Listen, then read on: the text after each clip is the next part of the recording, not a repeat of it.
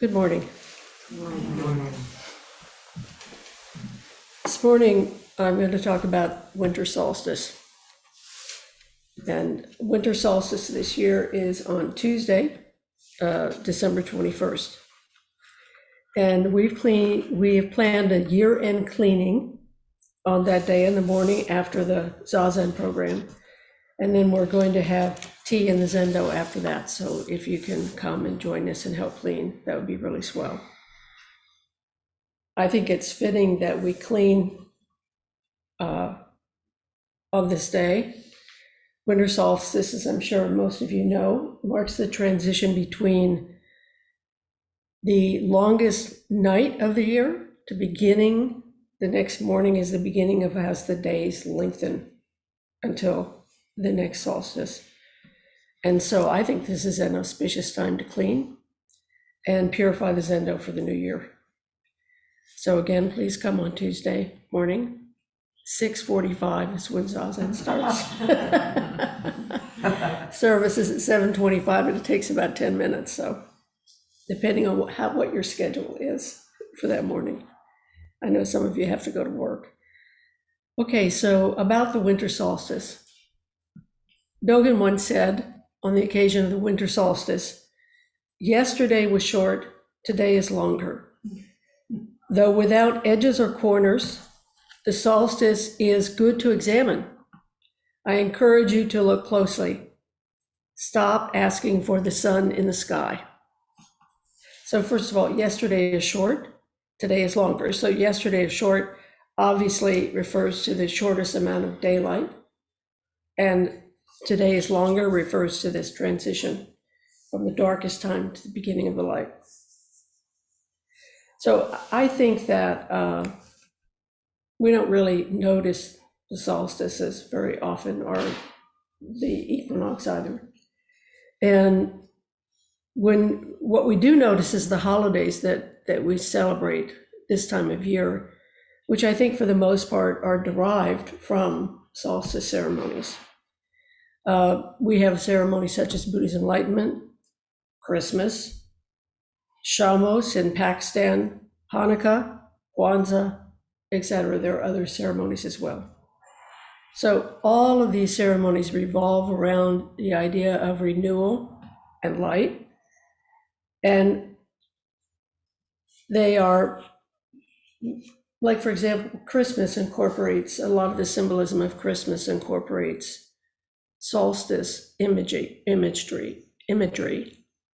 that was appropriated by the Christians. So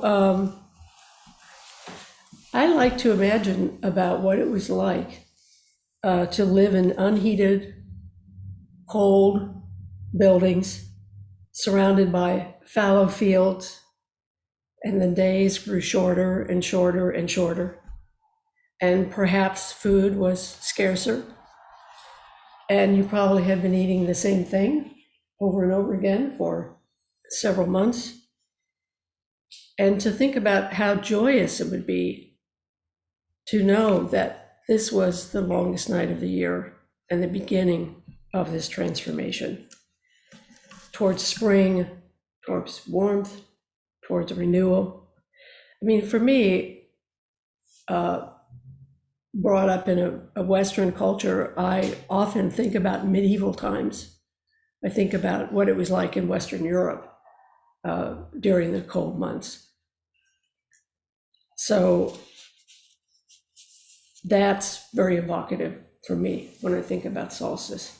I also think about solstice in a way in which all the suffering that happens in the world, all the people that are going through difficulties, this is symbolic of the longest, this great suffering in a way of our life, this way of remembering the solstice, the winter solstice, as a way of witnessing for people, standing with people as they go through this darkest night. Dogen also said, I sympathize with clouds and water monks in this bitter, cold winter night. So these are the monks who are Zen monks.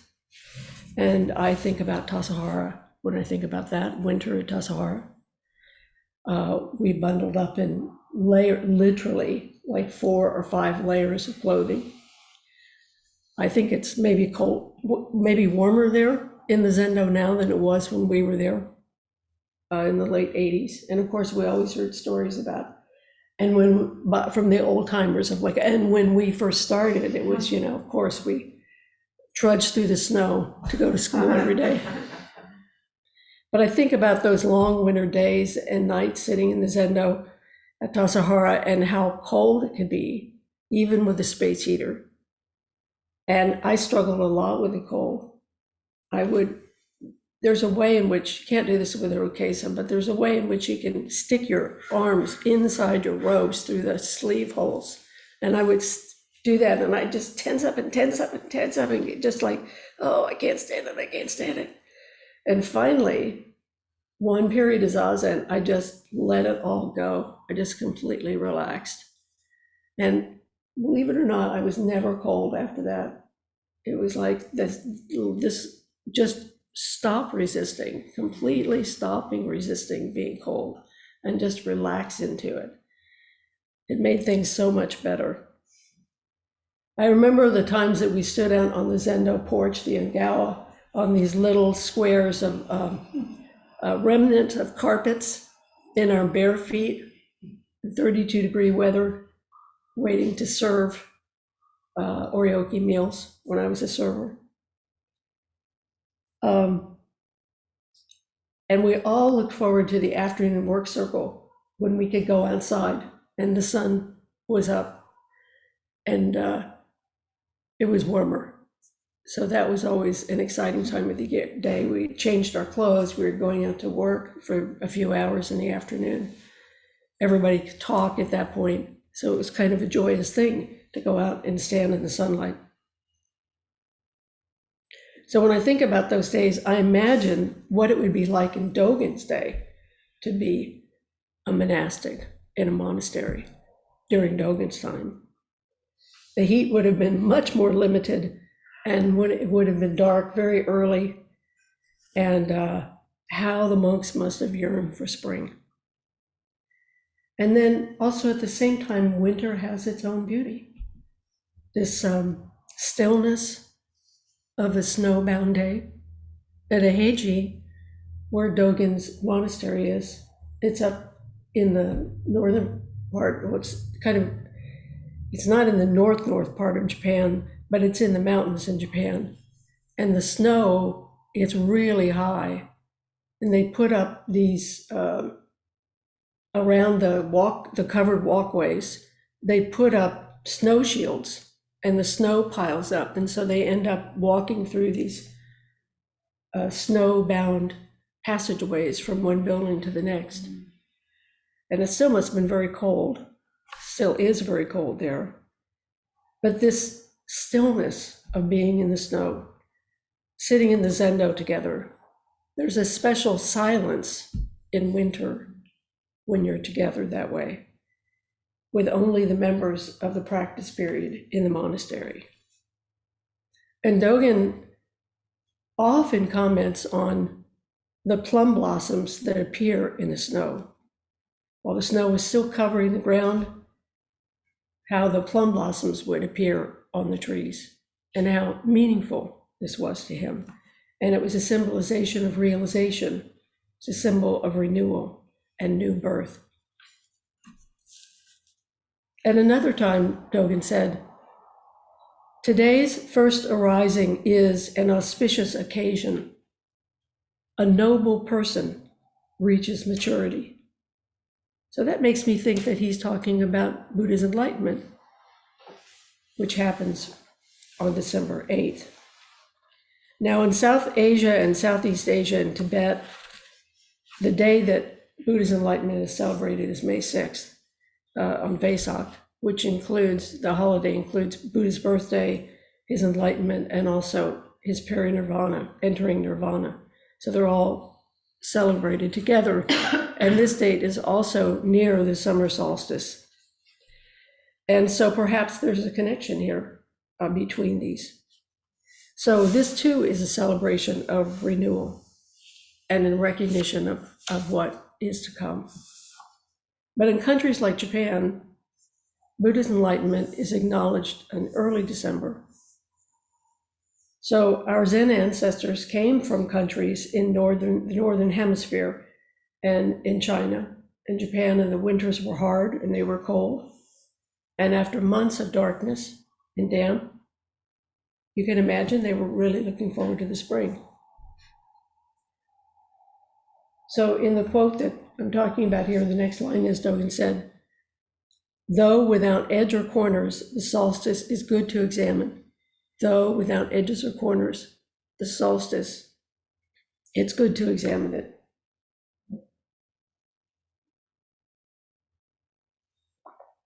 So what does Dogen mean by without edges or corners? So by looking on the internet, I found out that even in this day and age, you can't measure the exact moment in which the transition happens. You can only measure it from the perspective of it has happened. I thought that was pretty interesting. So this is an intriguing thought. How do you experience passage in our lives? So when he says, though without edges or corners, the solstice is good to examine. So how do we examine, how do we think about how passage happens in our life? Often we know something has happened, some big event has occurred, so we can say, this happened at such and such a time and place. Like, for example, something catastrophic, like the tornadoes that just cut through Kentucky. It's like, they know something momentous happened on that night. And yet it is a transition, but you can't see the edges of it. All the causes and conditions that come to make that come about. You can't see the beginning and the end of that.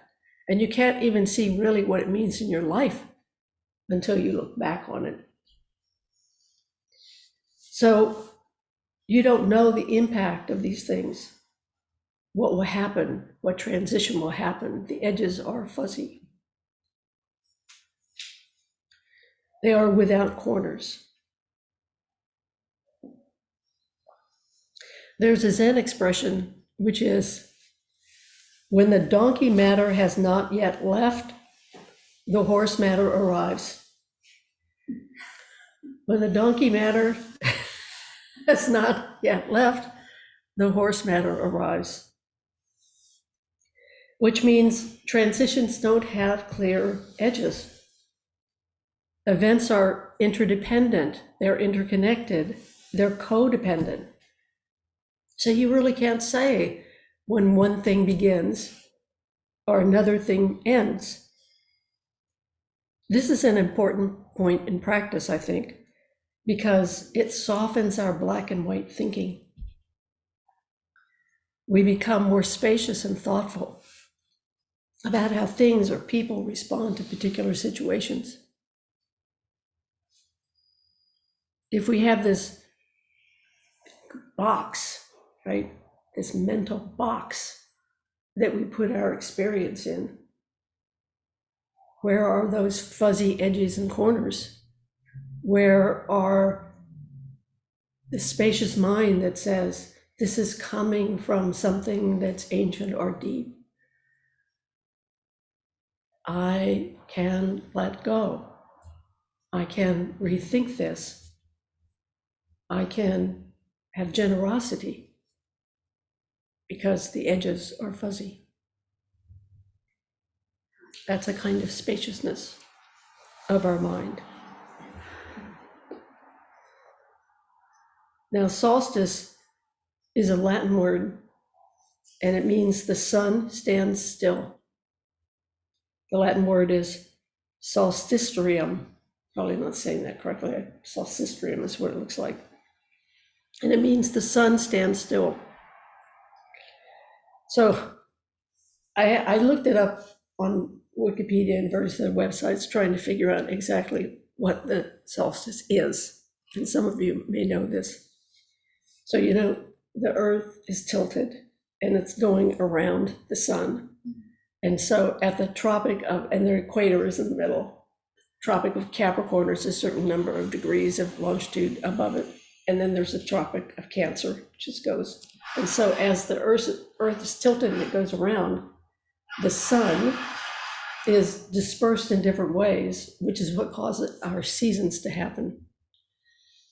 And I never quite exactly figured out how this works, but on the Tropic of Capricorn, when the sun is hitting the Earth in a certain way at around noon, the most intense, that's winter solstice. So I'll leave it to brighter minds to go and figure out exactly how this works.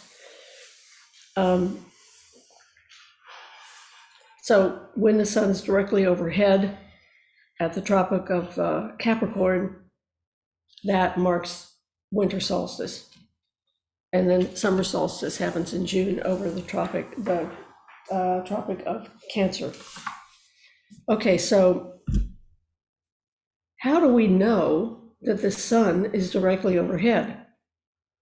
And when it's very, very, very near that point, like can we actually measure exactly what that is? And supposedly, actually, it's not possible. There's always this part about it where the donkey has not yet left and the horse arrives. So, but we can get very near that point, but technically we can't. But in our imagination, there is still this place called the still point, in which everything momentarily stops. So that's something, this still point is the meaning of the word solstice. So this too is an interesting thing to examine. In Zen, I would say that each moment is a still point in the process of change. So we're given the opportunity to experience the stillness of life by paying attention to our activity. Paying attention is a kind of mindfulness, and it's a kind of stillness in our activity, in the midst of our activity. And when we do this, we can feel as if we're at a point of stasis. But in reality, it is still process and impermanence. In sports, this moment, if you will, still point is called being in the zone. I don't know if you've ever experienced this. So being in the zone, and it's also called flow, is a kind of continuous intimacy or flow in your activity when everything around you seems to have slowed down, and you have this feeling of being able to respond in the absolute appropriate way that is called for in that moment. It can feel very clear and timeless because our focus is completely on this moment's actualization. It feels timeless and spacious. I had this experience playing soccer when I was younger. The ball was like so just slow motion coming to me. My hitting the ball with my foot and it going away exactly where I wanted to. It all happened in this way that time seemed to be completely slowed down, not exactly to what we're talking about here as still point, but this way of, and it comes from this intense focus on what you're doing. So I would say that if we're going to talk about still point, again, I'm kind of like touching on these things that this reminds me of when Dogen says, the edges are fuzzy, pay attention. The still point in Dogen's teaching is what he calls a Dharma position. So that's a particular time, a particular thing, a place, anything that you can name. In some ways, it's not real because it is completely what it is, and at the same time, it is not different from what it isn't. Dogen famously talks about this in Genjo Koan when he says, firewood becomes ash, ash cannot become firewood again. However, we should not view ash as after and firewood is before. You should know that firewood dwells in the Dharma position of firewood and has its own before and after. Although before and after exist, past and future are cut off. You should know that firewood dwells in the Dharma position of firewood. You should know that you are dwelling in the position of who you are. You are 100% you. You are not somebody else. You have your own befores and afters. And although that is true, at the same time, in this moment, you are just who you are in this moment. You are not 5.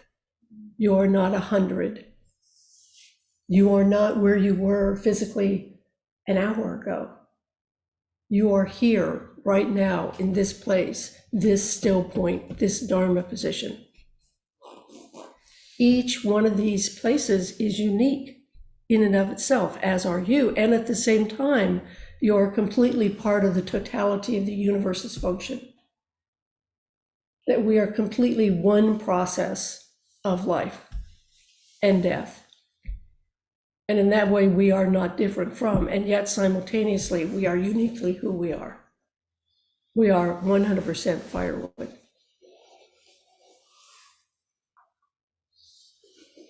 So in this moment, the beauty of this is that this is where liberation happens. In this moment, you are not caught by past and future. At least that's what we strive for, because often we are caught in past and future. But how do we incorporate past and future and not be caught by it? How do we respond in this moment in a way where, again, edges are fuzzy, because we can find a kind of spaciousness in our response by knowing that it's so much more. And yet it is just this in this moment, what it is right now. And that's where liberation happens. Liberation can't happen tomorrow. Liberation didn't happen yesterday. Your awakening is moment to moment to moment to moment, in concert with everything else that's happening. And that awakening is that Dharma position. That's the liberation in that moment. And who is liberated? The still point Dharma position of you is liberated, but simultaneously, it is liberated with all beings being liberated with you, because you are not separate.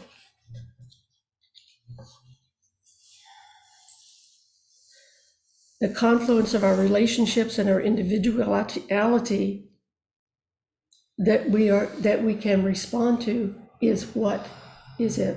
What is it in this moment? So it is within the context of this self and no self simultaneously that our Buddha nature comes forth, that we realize and actualize our realization. So Dogen's quote continues, and he says, the solstice is good to examine. So we kind of just did that. The solstice is good to examine. I encourage you to look closely. Stop asking for the sun. So it's important to pay attention to these moments in which we're able to find ourselves completely in accord with our situation as it arises. As Dogen says in Uji, to align oneself, to array oneself with what is happening. Maybe that calls for passivity. Maybe that calls for action. But whatever it is, this way in which we fully inhabit the moment just as it is. So this is not about intellectual understanding. If we think about it too much, then we are asking for the sun. When Dogen says, stop asking for the sun in the sky, that's that way in which we have a preconceived idea about how we want things to be. In this case, he's saying to the monks, stop looking for summer. We're in the middle of winter. This is the winter solstice, guys. It's the longest night of the year. Deal with it. Stop asking for the sun. Really just live your life in this moment where it is right now. So if we're always looking for something specific to happen, we're going to miss what's actually happening. So if you have an idea about what you want to happen and it's not happening that way, and other things are happening, you're going to miss that, the other things that are happening. Or you're going to have a negative experience in a way that you might not have if you were open to what was actually going on. We're going to miss the moment. So we could say this was the still point of response. This really,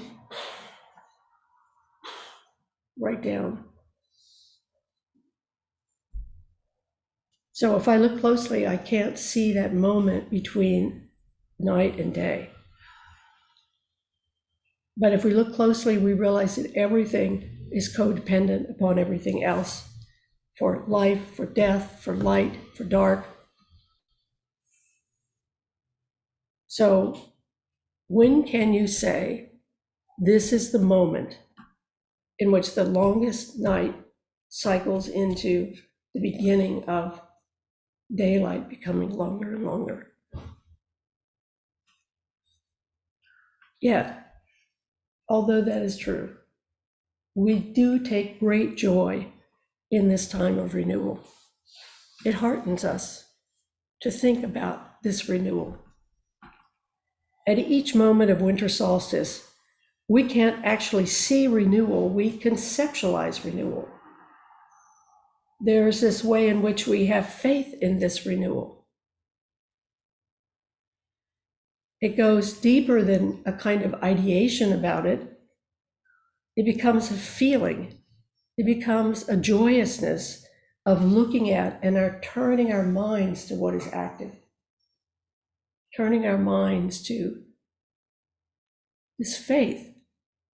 And one of the reasons we have this faith, I mean, really on a very grassroots level, is that every winter solstice, the days get longer and longer and longer. Like that's been going on since human recorded time. And so this faith is based on a deep reality. But there's a other kind of faith, right? This faith of our lives are constantly renewing, constantly renewing. I saw this thing, I think it was on 60 Minutes on Sunday night, about a town that had been completely wiped out. And I think it was with a tornado, I don't know, 10 years ago. And they had to rebuild the whole town. And when they did it, they made everything with renewable energy. They said, okay, we're going to do, everything's going to be renewable energy. We're going to do wind energy and all of this stuff. And all these really cool things happened when they did that. And so out of this devastation came this amazing renewal from this town, I think because they were open to the possibility of change, possibility of something being different. And this, I think, is the mind of practice. Practice. The mind of practice realization. The mind that can be with those fuzzy edges. The mind that can sustain itself and respond to that still point Dharma position of just this moment of liberation that we are given this moment. This time, this time, this time, this time, this time. Today, today, today, this moment, and this moment.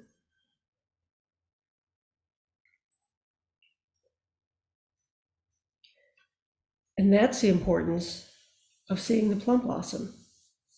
That's the importance of, in the middle of the winter, this blossom springs forth on a tree, outside the Zendo window, on a tree, outside your house, in a moment, when somebody says something unexpected, when somebody you don't like does something unexpectedly joyous. And we can see that moment, that plum blossom opening. So in Buddhism, we do Zazen to commemorate Buddha's enlightenment. This is that still point of Buddha and the morning star. We say the Buddha woke up upon seeing the morning star. Suzuki Roshi said, the Buddha woke up when he let go of everything. I think Jaku talked about this last week. He woke up when he let go of everything. He forgot everything. So this is part of this too. He didn't imagine realization. He didn't imagine his own enlightenment. He forgot all about it. He just sat with what is, what was, as he experienced it, and he let go of his idea of realization. He forgot about it, let it go. He forgot himself in that moment.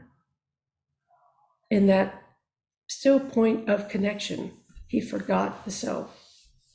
He completely communed with Venus, with the tree he sat under, with the people in the village who were waking up, with the sounds around him. He completely woke up to that because he was open, completely open to that moment. Something shifted and was released from darkness into light. So we commemorate this moment, his realization, and yet again, I will remind you that it's not really one moment. It's not a person called Shakyamuni Buddha. Well, let me back up. It happened at a certain time and place, this person that we call Shakyamuni Buddha, but at the same time, we are doing, when we're sitting, what he did, but we cannot do what he did because we're doing what we're doing. So there's this way in which everything is different, and yet simultaneously everything is the same. There is this through line of connection. And there is this fuzziness, interconnection, going out, going out, going out, coming in, coming in, coming in. And yet what we wake up to is exactly the same thing that Shakyamuni Buddha woke up to. He didn't wake up to a different kind of realization. Shakyamuni Buddha did not have a different realization than the realization that we have. It's exactly the same thing. Looking closely. Yet at the same time, we can't say definitively what it is, because it is a collaborative event. This liberation, this moment, this Dharma position, this transition, this night, this day, this solstice, this faith is collaborative. So it includes everything, everything throughout all time and space. This moment could not happen without the totality of all time and space coming together in this moment, with everything happening. And yet simultaneously, it's just this moment. It's completely firewood. It's completely ash. It's completely you. You are the one having the experience in accord with all beings simultaneously. But it is our perception, right? We are in bodies. We are bodies. We're not in bodies. We are bodies. So this is what Dogen calls komyo, this light of awakening, all of reality's activity. This includes our own and even includes delusion. The radiant light of transformation, the radiant light of just being, the radiant light of this still point. This is the radiant light that includes everything. It's the radiance of the donkey, and it's the radiance of the horse. The donkey is not less than the horse is not better than the donkey. It is just when the donkey, the horse arrives before the donkey leaves. That's all. So the longest night becomes the shortest day, or the day that is growing day by day as the dark recedes, night by night. Both depend upon each other. Both depend upon the totality and the function of all being of the universe. And then finally, Dogen said, the solstice is good to examine. I encourage you to look closely. I've already said this line, stop asking for the sun in the sky. So when we ask for the sun in the sky, when it is the dead of winter, we miss our lives. We miss our life that's happening in front of us right now, that is us right now. So please look closely at your life right now and attend to this life. Attend to this life. Attend to this moment. It's precious. Each breath we take is precious. Each moment we spend with each other is precious. It's unique. We will never have this moment again. It's totally 100% unique. It's always in transition. It's always in accord. So let's keep doing this the best that we can. Thank you very much.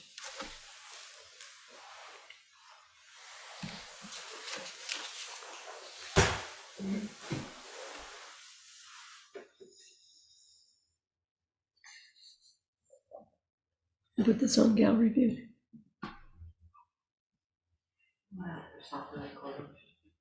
Yeah.